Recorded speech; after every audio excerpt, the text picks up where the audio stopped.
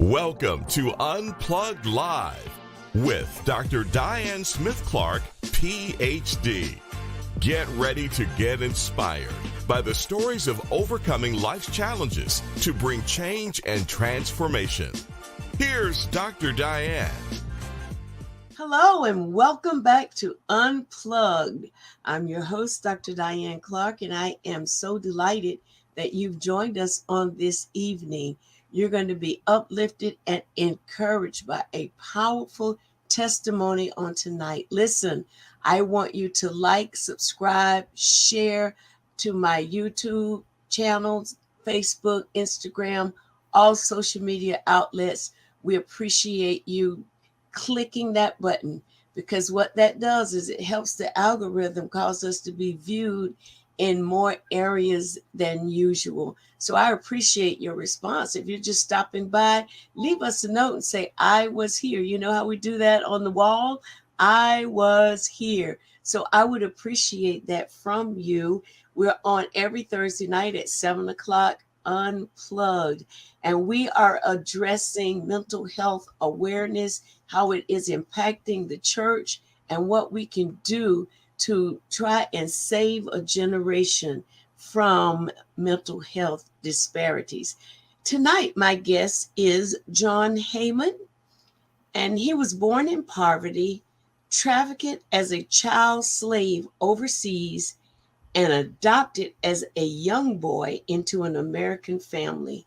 So that just goes to show that you can come from uncomfortable roots to develop into a beautiful person and create a beautiful life. Help me welcome to the stage, John Heyman. Thank you, Dr. Clark. It's my honor to be here. We're so glad to have you. I was blessed to meet you at Wise Counsel with John Beener. So enjoyed your stories, your testimonies, and I thought it would be great to share it with my TV audience. So I'd like for you to introduce yourself, tell them who you are and what you're doing and where you are. Okay, thank you. I'm John Heyman. I'm in Jacksonville, Florida, but I began my life being born in poverty over in Athens, Greece, post-World War II, after Hitler had taken over Greece and decimated it and left it in phenomenal ruins. That is where and when I was born. The unique thing about my birth is I don't know who my real parents are, never met them. I don't really know what their name is, but I do know that I was dropped off at an asylum that still exists today, but it's not used as an asylum anymore. But it was called the Athens Municipal Infants Asylum. Not sure if anybody's ever lived in an asylum, but it was not a pretty place. And the building, even though it still exists today, is still not very pretty. It's got big metal bars on the windows as if they were trying to keep kids from busting out of the place, like it was a prison of some kind, even though it never was. Well, we were called bread box babies. And the reason we were called that was because there was a big slot in the front of the door, much like people have a mail slot in their front door and the mailman will drop the mail in there. Yeah. This was big enough to put gallons of milk, loaves of bread, food, and babies inside that slot. And people did that. So I don't know who my real parents are, as I've already said. And somebody dropped me off there. I don't know if it was my mother, my father, an auntie. I don't know. I have no idea. There's no recollection, certainly in my mind, and no paperwork that shows who my parents were. There's nothing on the adoption papers that say who my parents were. So I was dropped off there, clearly unwanted, for whatever reason. It could be a needs-based reason, meaning they simply could not feed me, and they dropped me off, or they didn't want me, or I was an embarrassment to a pregnancy that happened with a government official and, a person of the dark. Whatever it was, they didn't want me. So how does it feel to be born and not wanted? I did feel that at one time in my life. And so they dropped children off there. I was one of them. And then there was a doctor. And oddly enough, my wife and I went to Greece a number of years ago and saw the building. We actually went inside the building. And it's an art gallery now, but there was no display going on. And so when we got up to the door, knocked on the door, and a young lady came around and said, there's no sculpture or paintings going on right there now. There's no art show. And my wife said, well, he was born here, which, technically I wasn't born there, but she said that. And an elderly lady came around the door and grabbed us. It's a big, huge wooden door, an institutional door. And she pulled us in, opened the door wide up, pulled us in and shut the door on the people behind us and said, just walk around. Well, the odd thing about it was, and you talk about a God thing that we could have never planned ourselves, since there was no paintings and no sculptures there, the building looked empty because it was empty. And it looked like an asylum. It looked like an institution. And I got the creeps walking through there. We were going up this wide stairway, probably 8 feet wide, that still had the wooden treads with the wear of decades of people walking up and down those stairs. And the elderly lady caught up to us with a book, and she opened up the book. Inside my book is a picture. And anyhow, she opened up the book and she said, "That's the doctor." And I said, "What doctor?" And she said, "That's the doctor that signed your death certificate." I had never known that part of the story. And so that made a lot of sense, because why were they allowed to do what they did with the children? Why were they allowed to rent us and sell us into slavery? I don't know, but that made sense. In other words, people would drop their children off in the bread box. He would sign their death certificate so that if anybody came back and wanted to claim the child back, they could tell that person, whether it was a mother or father, whoever, "We're so sorry, but your little boy died." And of course, once you're dead, you don't exist. And once you don't exist, they can do anything with you they want, which is exactly what they did. And so they rented us or sold us, I'm not sure. But I know that I didn't live there all the time until around 4 or 5 years old. My recollection was of a very, very small house near the Acropolis.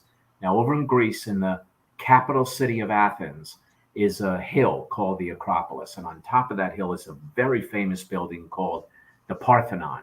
You can Google it. It is still there. Hitler did not blow it up, even though he did do things like that in other countries. But he didn't in Greece. He hung the Nazi flag up, but he did not destroy the building. When I was born, which was, of course, after World War II, we were forced to go up there because that's where tourists go. It's the most tourist visited place in the country of Greece, is the Parthenon. And so we would go up there as little children and we would steal or beg from tourists. And if we didn't bring back enough money, and I don't know what enough means because I was small, but if we didn't bring back enough, or perhaps it was just for the adults' entertainment, they would beat us. And so I do remember that. I remember being thrown out of a window. And the odd thing about it, Dr. Clark, because I've worked with children for many, many years. Those in Jacksonville probably know my name from the Jacksonville Children's Commission, or from Take Stock in Children, or for communities and schools.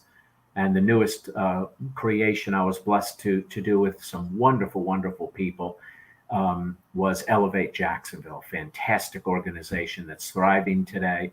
And I'm very, very excited. But I left that about a year ago to write the book about what I'm telling you about right now. And that is my early childhood experience, the trauma it created in my life, and how I gained peace with God, with myself, and with others.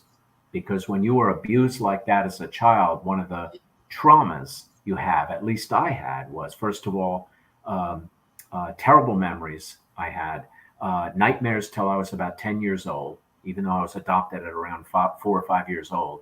For another 5 years, I had terrible nightmares about being beat up by monsters. And they were very real nightmares. And probably the saddest thing when I tell my story is when I was adopted, came off the plane when I was 4 or 5 years old at LaGuardia Airport, New York City. I was adopted by a very loving, very huggy family, the kind of folks that just love to hug children. Well, I was used to adults hurting me when they touched me. So I didn't let anybody touch me. I threw all the gifts back, including a metal truck, a steel metal truck. Back then, most everything was made out of metal, not plastic. Back at my aunt, or the woman I didn't know was my aunt, but would become my aunt for the rest of her life, actually, and my mother. And I threw the gifts all back at them. And I would not let anybody touch me. I would not let my mother hug me for another 2 years. And I'm talking about Lois Heyman, where I get my American name from. My Greek name is Pondalaimon Koudinos, so I do have what could be a real name, or it could have been as a sign name. We don't know. But that was my Greek name in the adoption papers. But Lois Heyman, she and Clifford Heyman, her husband, my dad, who became my dad. And I remember 2 years later when I finally let her hug me in the kitchen of our Teaneck, New Jersey house. And my arms were stiff at my side. And she finally was able to hug me for the first time. And I know it was a great joy to her. It honestly was a great joy to me, because for the first time in my life, an adult touched me and didn't hurt me. Mm-hmm. But these are the traumatic experiences a lot of people have. The book is not simply about me. It's about a lot of other people I know. They're all personal experiences of a young couple whose 10-month-old baby died, another family whose 5-year-old foster child they were trying to adopt was sent back to the parents or to another foster home. She died. Just traumatic experiences of people whose spouses did not come back from war. Car accident that took 5 teenagers in our church, took their life at one swoop. Just traumatic, awful traumatic experiences. So I'll tell you, Dr. Clark, I could have written a children's book. It would have been a lot easier. But I tackled this book because I wanted to tackle a tough subject that happens. Traumatic experiences do happen to people. And often even those who have faith in God through Jesus, even those folks have some of the toughest traumatic experiences they could ever imagine. And that's what my book is about, is going through a traumatic experience, powering through it with the power of God, and having peace in our heart and in our soul with the power of God. I'll tell you how I named the book. In Luke chapter 22, verse 42. Tell us the name of the book, John. Oh, good question. Yeah, because they can't see the book. Agonizing Peace. You will see it behind me on my bookcase. Agonizing Peace, Powering Through Traumatic Experiences. You can get it on Amazon, Books A Million, Kindle, Audible, all of the outlets, Walmart. And that's what the book is called, Agonizing Peace. And it's based on Luke 22:42, where Jesus was agonizing in the Garden of Gethsemane. Now we're talking about the Son of God, the second part of the Trinity, agonizing to the point that his capillaries burst underneath his skin and he sweat drops of blood. They call it hematidrosis in the medical field. And this experience is incredibly rare. He's not the only one that's had it happen to him, but very rare that somebody agonizes so strongly that their body actually repulses every natural inclination and bursts blood out of the pores of their skin. So this is what he was going through in the Garden of Gethsemane just before he was crucified. Agonizing. That's the word that was used there. And yet we must deeply ask ourselves, was Jesus at peace during that time in his life? And the absolute answer, is yes, he was. It was agonizing peace, not the lopsided peace that we often teach in our churches, where we take a sigh of, a deep breath and a sigh and go, I'm at peace with this. When often we're not really at peace. We just accepted the lowest common denominator, the easiest path to take. And often that might not be what God called us to take.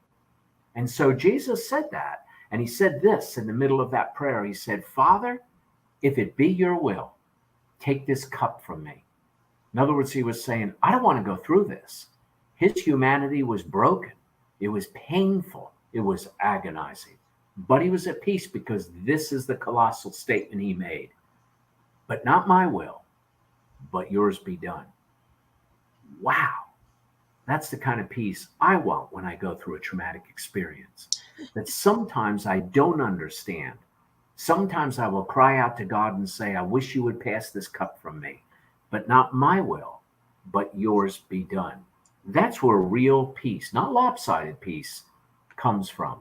It's that contentment that Paul talked about when he was in prison, falsely accused. And he said, rejoice in the Lord always. And again, I say rejoice.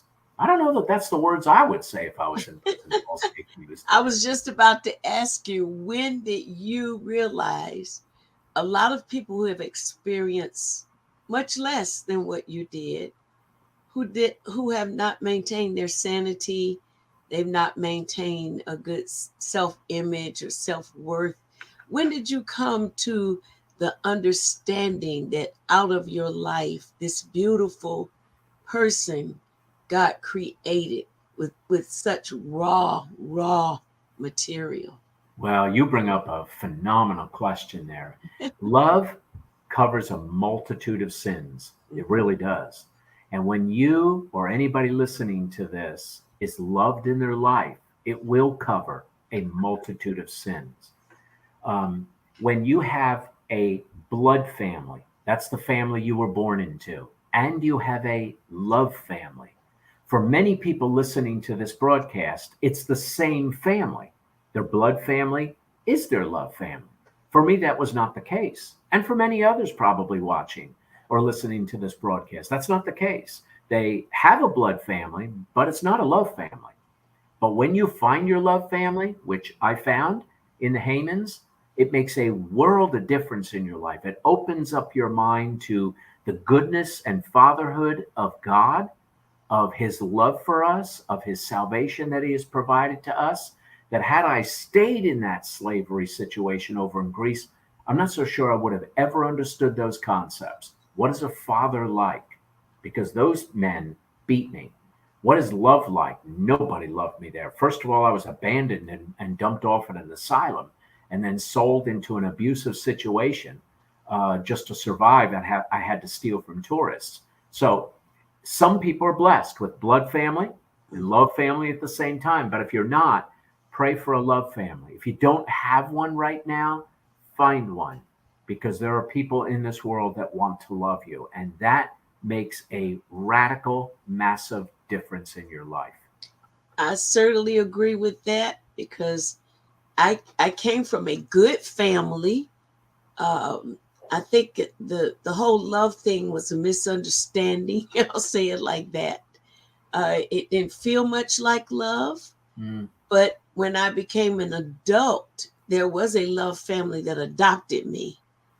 And then I understood the dynamics of having brothers and sisters close. I was not the only child, but I came up like the only child because my sisters were so much older than I was. So I was left at home, and I spent a lot of my years trying to, quote unquote, make my mother love me.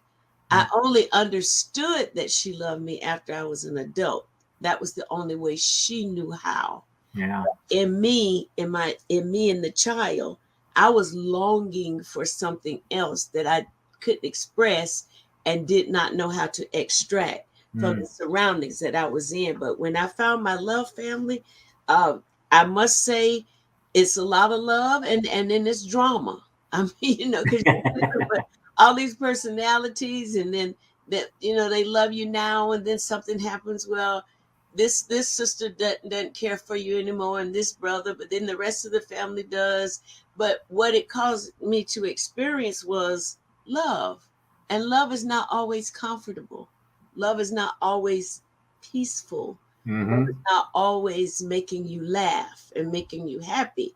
But love is a sustaining piece in your mental well-being, that I belong. These people care about what happens to me. They care about what I care about. They care not only what happens to me, but they care about what I care about. They like some of the things that I like. And you're right. That is so refreshing. And I can understand how having the Hamans adopt you really impacted your life. What led you to the book? What brought you to writing the book? Well, when you think about it, Dr. Clark, that testimony you just gave was very powerful. When you think about it, our own parents are either an example of how to be parents ourselves, or they're an example of how not to be parents ourselves, one or the other. And we just can hope and pray that we are now examples to our own children of how to parent, of how to create a loving family. Because you're right, there's no family that's perfect, except mine, of course. But I'm just kidding. There is no family that's perfect. God has created us so wildly different from each other that sometimes within families we have the biggest fights but it's love that still brings us back together again. So anyhow, what brought me to write the book?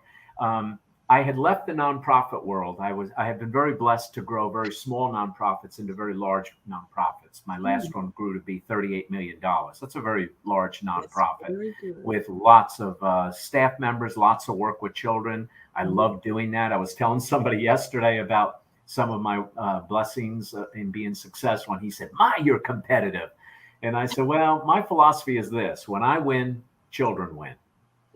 So I don't mind winning, because that means kids win. And that's always been my philosophy in heading up communities and schools or take stock in children. The Jacksonville Children's Commission, which was very large, that's the $38 million operation.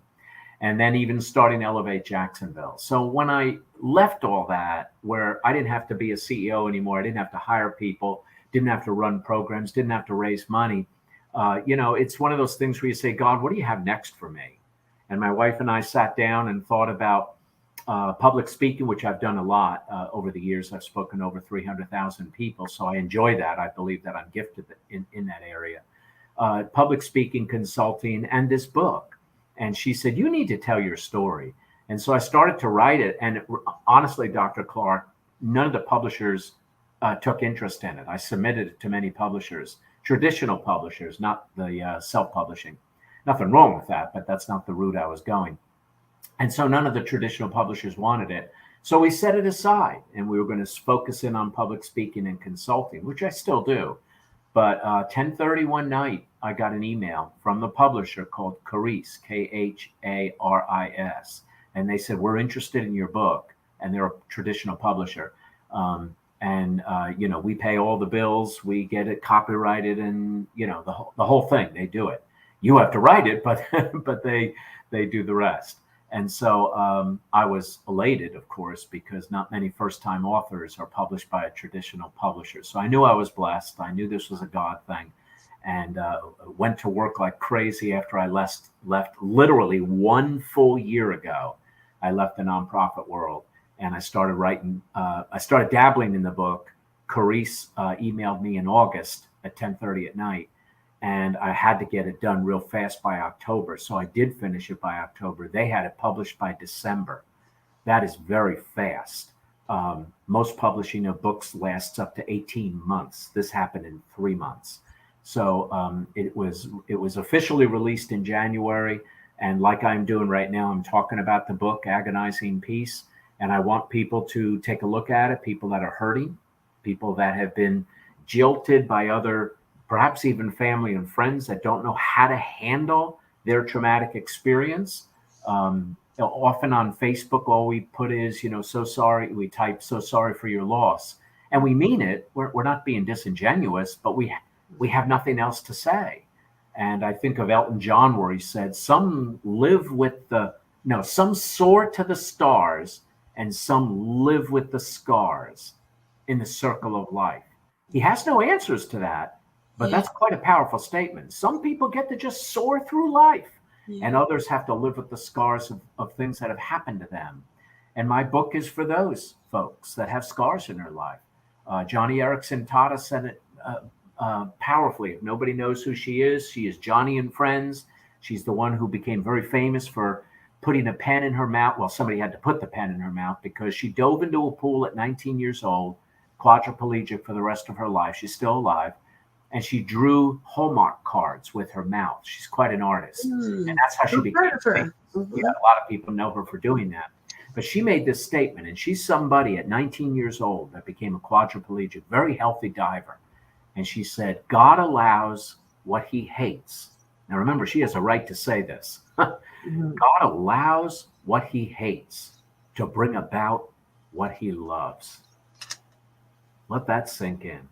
Wow. Because it is not that God made her a quadriplegic, but he did allow it. And those are the times that are toughest for us in our traumatic experiences. Why did God allow this to happen to me? And the Apostle Paul said in the New Testament, we see through a glass darkly. In other words, sometimes we don't know all the reasons. We know sometimes we're being tested. We know the stress and strain in our life will make us stronger. We know all that, but it's not fun to go through it. Yet surrendering to God's will, like Jesus did in the Garden of Gethsemane, is the secret to peace in our life.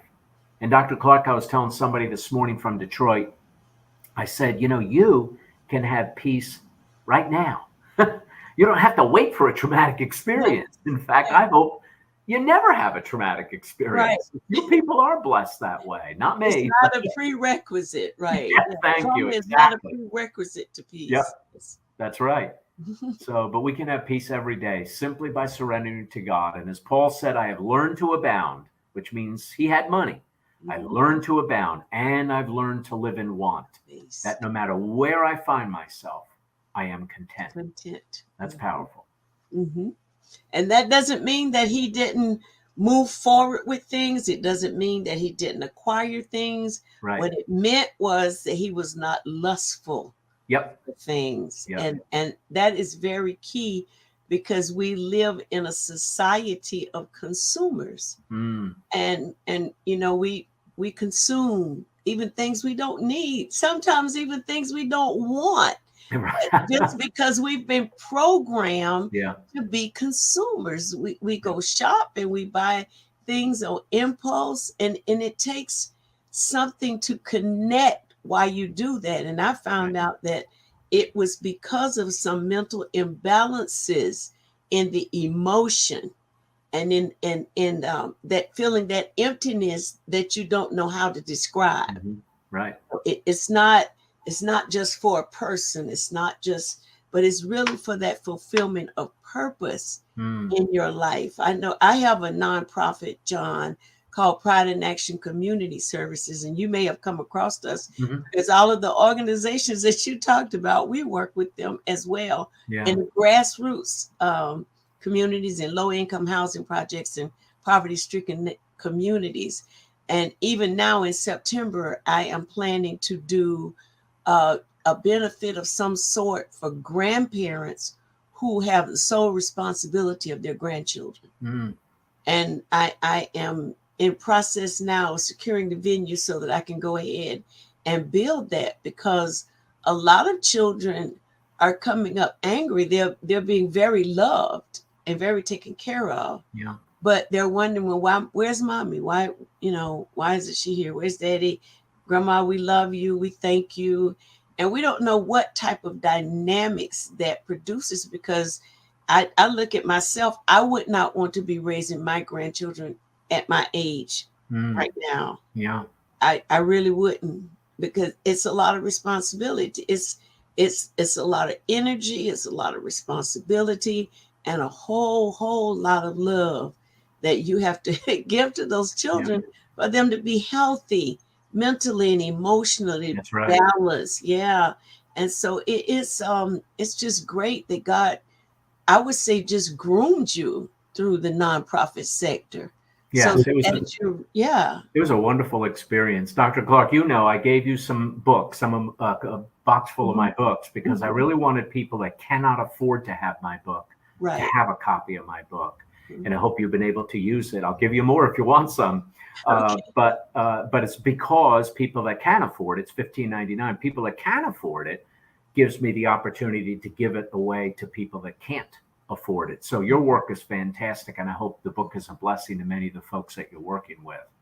It is. I've been able to dispense it among some homeless, believe it or not. Good. Fantastic. Who are homeless for various reasons. To me, that could be remedied, but to them, it's like a mountain. And a lot of them are angry with God. And it's like, God did not create this life for you. You're here because of your decisions and your choices. And but you know what I tell? It's not in my book, but you know what I tell folks who are going through that experience is there is somebody in this world that cares for you and loves you. You may not know a lot of people like that, but even at the homeless shelters, there may be a care worker there, a social worker there. There may be somebody that really wants you to be successful. Make them your best friend. Absolutely. Don't make the other homeless your best friend, because there's an old saying that says you do not go to the illiterate to learn how to read. you go to people that know how to read. Hopefully you don't. Hopefully Yeah. you do that. But Yeah, they do. And that's a sad fact. It's really true. But there are people, I know because I was in that world. There are people that care for you. They care for your children in schools. They will try to get you mentors for your kids or scholarships or caseworkers or clothes or food. Those are all the things my nonprofits did that I was with, and probably yours does too. So there are people that care for these folks, and they have to remind their own heart and soul that God does love them, and there are people there that will help care for them. It's so important to know, people talk about God and Jesus, and they're just super religious. But I wonder many times, do they realize that the only way God can touch people is through you, through your hands, Right. through your attitude, through your disposition. You are teaching people what God is like. Yeah. And we have so misrepresented him in so many ways. But I'm grateful for the book that you wrote. It took a lot of courage to just go, because you had to relive. Well, reading it feels like you were living it out as you were writing it, feeling it. Absolutely. Yeah. My wife kept telling me, John, this is your voice. She would read chapters and she said, this is really your voice. So thank you for that compliment. Yeah, you could sense that, I'm living this. I'm out of it, but I'm living it as I'm writing pages.